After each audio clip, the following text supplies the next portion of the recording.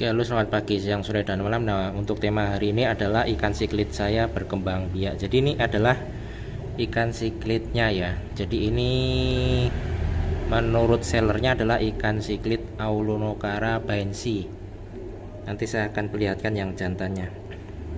Nah, ini pertama-tama ini sebenarnya saya kurang tahu kalau ikan ini mengerami telur karena saya tidak fokus untuk itu. Dan biasanya kan ini kan ikannya kan untuk dijual, jadi biasanya sellernya kan ngasihnya yang jantan. Nah, tahu-tahu itu ada terselip betinanya juga. Nah, bisa dilihat ini awalnya saya kira ikannya lagi sakit karena badannya kurus ya, kayak kurang gizi. Ini bisa dilihat perutnya sampai kempes gitu. Nah, usut punya usut, ternyata dia ini sedang mengerami telur. Nah, ini saya baru tahu ketika saya akan pindah ikan ini untuk saya pindahkan ke tempat lain. Nah, ternyata di bawahnya itu, di akuarium tempat ikan ini tinggal itu, ternyata banyak sekali anak ikan. Nah, saya kira ikan apa ini? Saya kira ikan kecil-kecil. Saya tidak tahu ikan apa, pokoknya ikan kecil-kecil. Saya kira itu ikan cere. Nah, ternyata saya cek, oh ternyata ini anak ikan dari si indukan ini. Pantesan ikan ini kan badannya kurus. Nah, ternyata dia sedang berpuasa mengerami, karena dia akan mengerami telur. Nah, ini bisa dilihat, ini anaknya malah sudah keluar besar-besar sekali. Jadi kemungkinan karena saya tidak cek si indukannya itu, jadi dia tahu-tahu ikannya sudah sampai berenang ini. Dan ini kemungkinan hidupnya malah sampai bisa sampai 100% kalau sudah seperti ini, sudah sampai berenang, kelihatan badannya seperti ini. Ini saya kawinkan sesama baensi ya, tapi ada juga yang muncul yang warna putih. Nah, ini kurang tahu nanti besarnya kayak apa, karena mungkin tidak murni baensi juga ya, karena mungkin kalau seller kalau breeder itu kan kadang mengotak-ngatik ikan agar menghasilkan warna yang bagus atau variasi yang bagus. Jadi mungkin bukan murni baensi, karena ada juga yang putih seperti ini. Nah, putih ada 2 ekor kalau tidak salah. Ini saya tidak hitung ekor jumlahnya, tapi biasanya kalau untuk indukan seperti itu, kalau biasanya saya hitung itu paling banyak itu biasanya 30-an ekor. Nah, untungnya ini saya tempatkan di satu akuarium ini saja. Jadi kan awal-awal saya kira ikan sakit. Nah, saya taruh di sini untuk di karantina aja, biar tidak menular maksudnya penyakitnya, karena dia kan badannya kurus. Dan perutnya tidak mulutnya itu tidak kelihatan mengerami. Jadi saya kira itu ikan sakit. Oh, mungkin karena mungkin indukan muda dan jumlah produksi telurnya masih sedikit, jadi tidak kelihatan mengerami ya. Nah, ini akhirnya selama mungkin 2 minggu baru saya cek. Nah, toto sudah muncul anakannya seperti ini. Saya kira ini awal-awal adalah ikan cere, tapi setelah saya ingat, saya kan dulu juga pernah berbudidaya ikan ini, jenis Aulonocara yang dragon blood itu sama nyerere itu Pundamilia. Nah, baru paham, oh ini ternyata anakan ikan siklit. Nah, kemudian indukan ini akan saya istirahatkan dulu ya, biar dia staminanya pulih. Jadi saya tempatkan di kolam akuarium sendiri saja, biar nanti staminanya pulih. Kalau sudah pulih baru nanti digabung dengan pejantan lagi. Karena kalau masih kurus kayak gini, ini malah nanti bisa mati dibuli. Kalau misalnya dibuli jantannya tuh malah dia paling lemah, paling mudah mati. Apalagi kan sistemnya kan harem, satu jantan beberapa betina, jadi sistemnya kan harem itu. Takutnya nanti yang betina dominan malah nanti menyerang ini yang lagi staminanya habis karena berpuasa berhari-hari ya. Ini perutnya sampai kempes. Nah, ini saya taruhkan di tempat kosong lagi biar dia staminanya pulih lagi. Nah, ini ada telur busuk, ini tidak tahu, ini kemungkinan ikan konflik atau apa itu yang sering mudah bertelur itu. Tapi tidak ada jantannya, jadi busuk. Nanti saya sedot aja biar tidak jadi jadi amonia atau jadi racun. Nah, ini kemudian adalah pejantannya ya. Jadi kata sellernya ini adalah jenis bensi, tapi nggak tahu aslinya ikan apa, karena kadang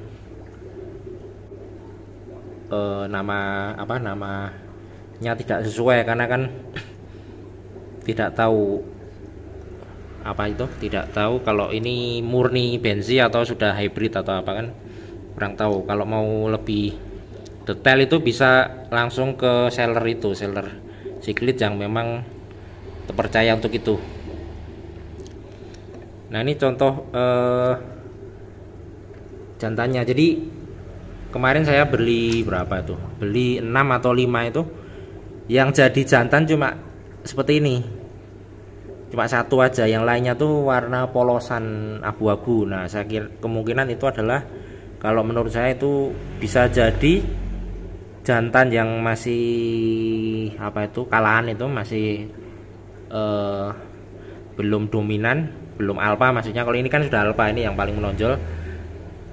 Bisa jadi dia betina, bisa jadi juga dia jantan tapi masih muda. Nah, ini contohnya. Ini bagusnya kalau di komteng sesama Cichlid, nanti warnanya kayak seperti ikan laut, apalagi yang macam-macam warna, tidak hanya yang kuning seperti ini ya. Bisa juga yang Alonokara yang jenis lain ya, misalnya Dragon Blood, OB, Peacock, kemudian Mararok, apalagi ya, Frieri dan sebagainya ya. Saya lupa soalnya ya, tidak terlalu ngerti tentang jenis-jenis ikan Cichlid.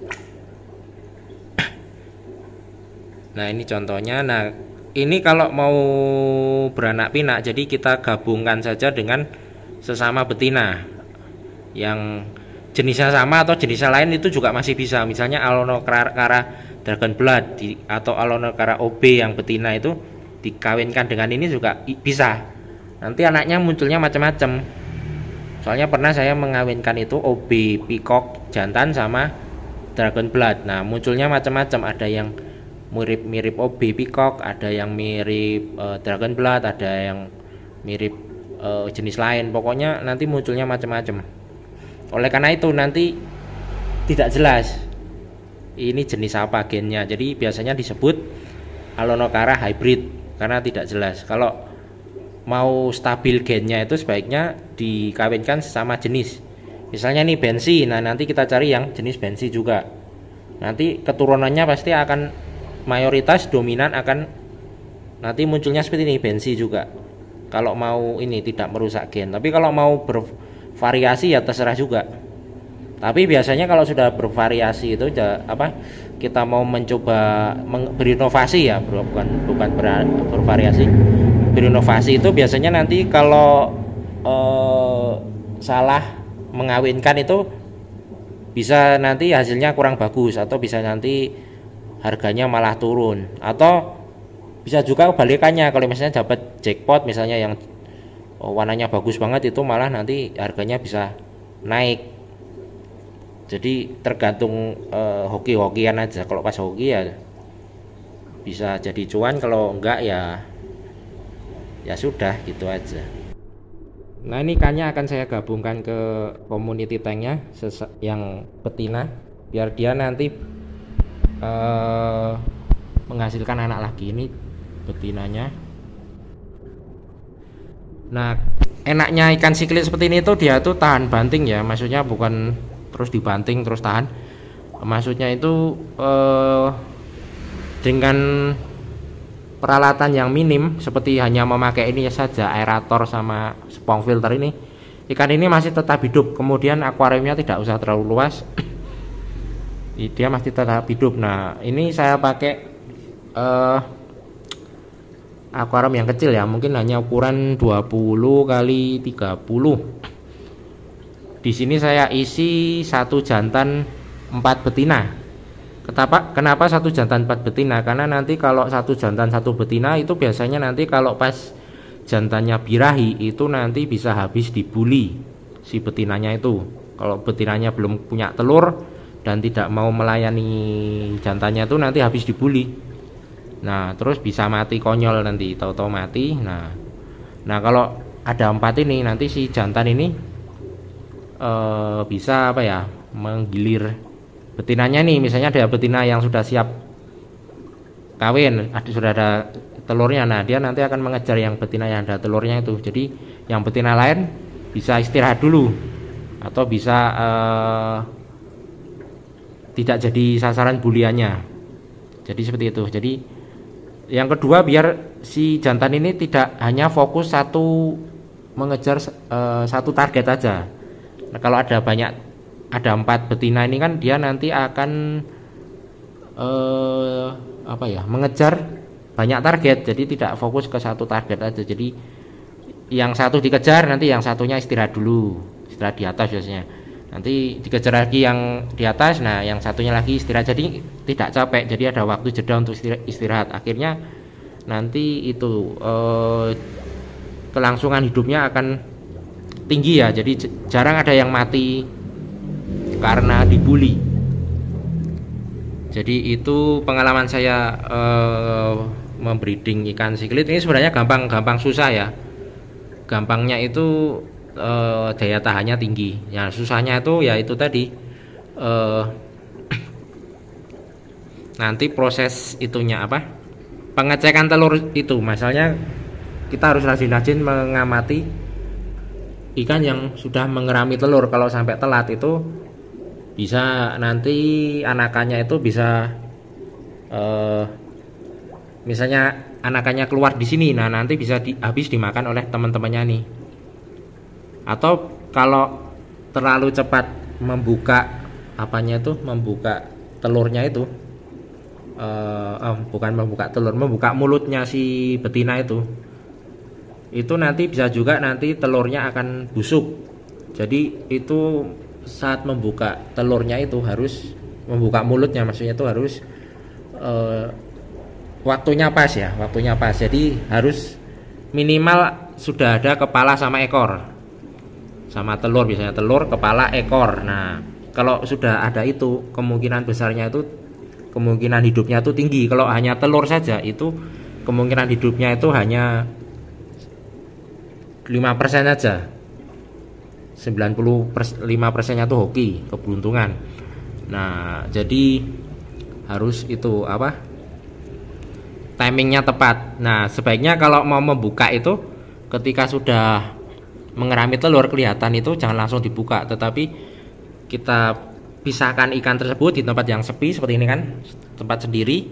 Nah kemudian tunggu sampai sekitar 2 minggu atau 10 hari, nanti baru dibuka. Itu biasanya nanti sudah muncul anakannya, atau dibiarin aja, nanti tahu-tahu anakannya muncul seperti ini. Kalau indukannya nggak stres ya, kalau indukannya stres itu bisa memakan anakannya ini atau menelan telur ya. Saat kita pindah itu bisa nanti langsung menelan telurnya kalau stres. Tapi kalau tidak stres, nah ini aman. Nah, dan ini indukan ini akan saya simpan karena dia bagus, maksudnya dia sudah produktif dan tidak stres. Maksudnya biarpun di sini tempatnya ramai atau apa, nah dia masih bisa mengerami telur. Jadi ini bisa dijadikan untuk bahan indukan, karena di tempat saya ini ramai, di depan sana itu sudah jalan raya. Jadi dia bisa mengatasi lingkungan di sini. Jadi ini cocok buat indukan. Kalau menurut saya ini akan saya jaga atau saya koleksi untuk pribadi aja, untuk mengembangbiakkan siklit. Oke, jadi itu pengalaman hari ini. Oke, selamat pagi, siang, sore, dan malam.